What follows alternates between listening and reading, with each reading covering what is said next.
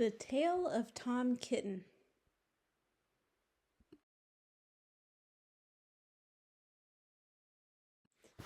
Once upon a time, there were 3 little kittens, and their names were Mittens, Tom Kitten, and Moppet. They had dear little fur coats of their own, and they tumbled about the doorstep and played in the dust.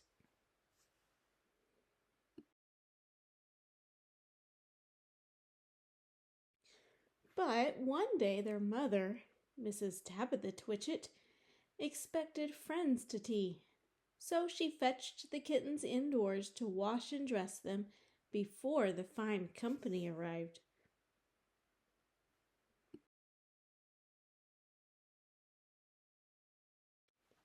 First, she scrubbed their faces. This one is Moppet.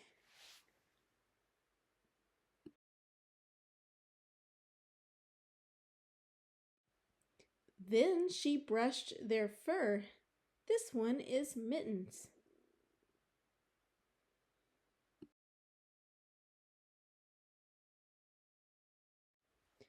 Then she combed their tails and whiskers.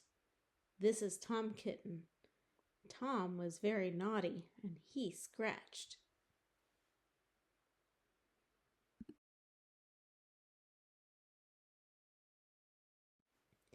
Mrs. Tabitha dressed Moppet and Mittens in clean pinafores and tuckers, and then she took all sorts of elegant, uncomfortable clothes out of a chest of drawers in order to dress up her son, Thomas.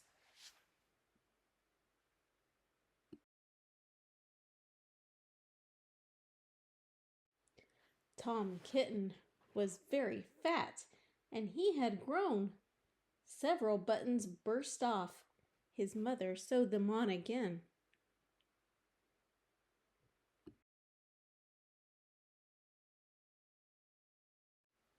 When the 3 kittens were ready, Mrs. Tabitha unwisely turned them out into the garden to be out of the way while she made hot buttered toast. "Now keep your frocks clean, children. You must walk on your hind legs."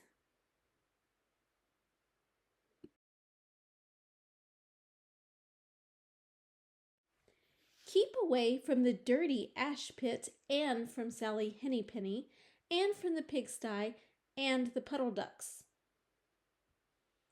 Moppet and Mittens walked down the garden path unsteadily. Presently they trod upon their pinafores and fell on their noses. When they stood up, there were several green smears.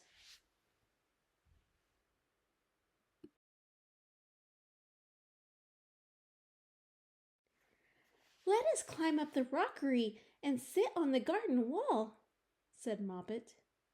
They turned their pinafores back to front and went up with a skip and a jump.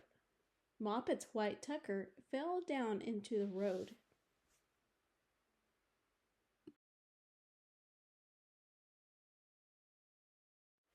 Tom Kitten was quite unable to jump when walking upon his hind legs and trousers. He came up the rockery by degrees, breaking the ferns and shedding buttons right and left.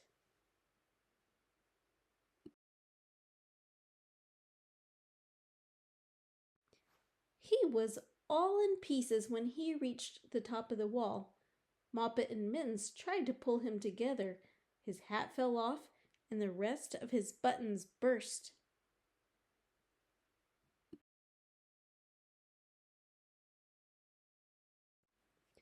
While they were in difficulties, there was a pit-pat-paddle-pat, and the 3 puddle ducks came along the hard high road, marching one behind the other and doing the goose step. Pit-pat-paddle-pat, pit-pat-waddle-pat.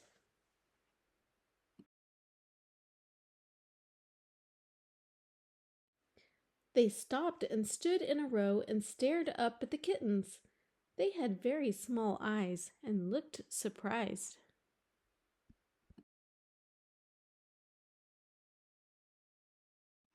Then the 2 duck birds, Rebecca and Jemima Puddle Duck, picked up the hat and tucker and put them on.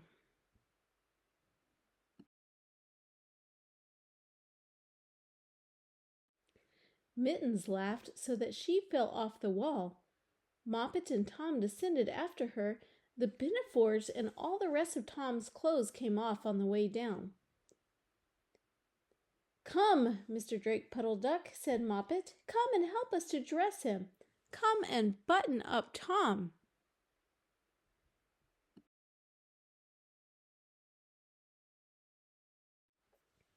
Mr. Drake Puddle Duck advanced in a slow, sideways manner and picked up the various articles.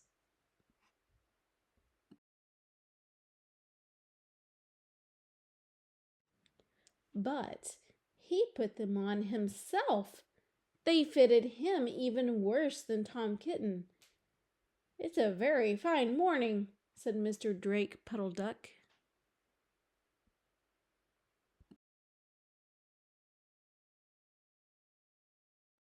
And he and Jemima and Rebecca Puddle Duck set off up the road, keeping step. Pit, pat, paddle, pat, pit, pat, waddle, pat.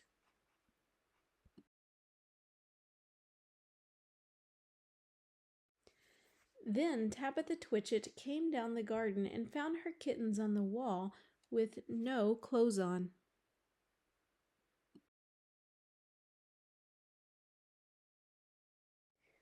She pulled them off the wall, smacked them, and took them back to the house. "My friends will arrive in a minute, and you are not fit to be seen. I am affronted," said Mrs. Tabitha Twitchit.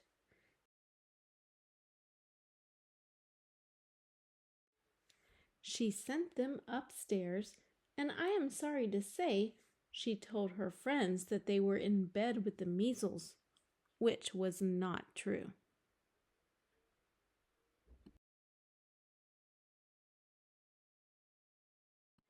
Quite the contrary.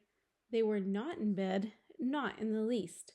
Somehow there were very extraordinary noises overhead which disturbed the dignity and repose of the tea party.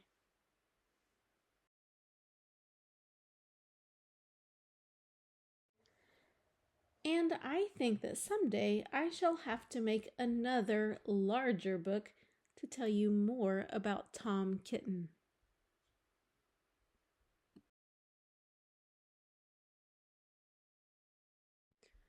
As for the puddle ducks, they went into a pond. The clothes all came off directly because there were no buttons.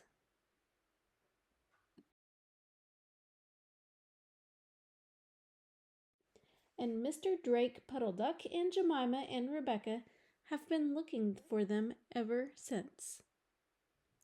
The end.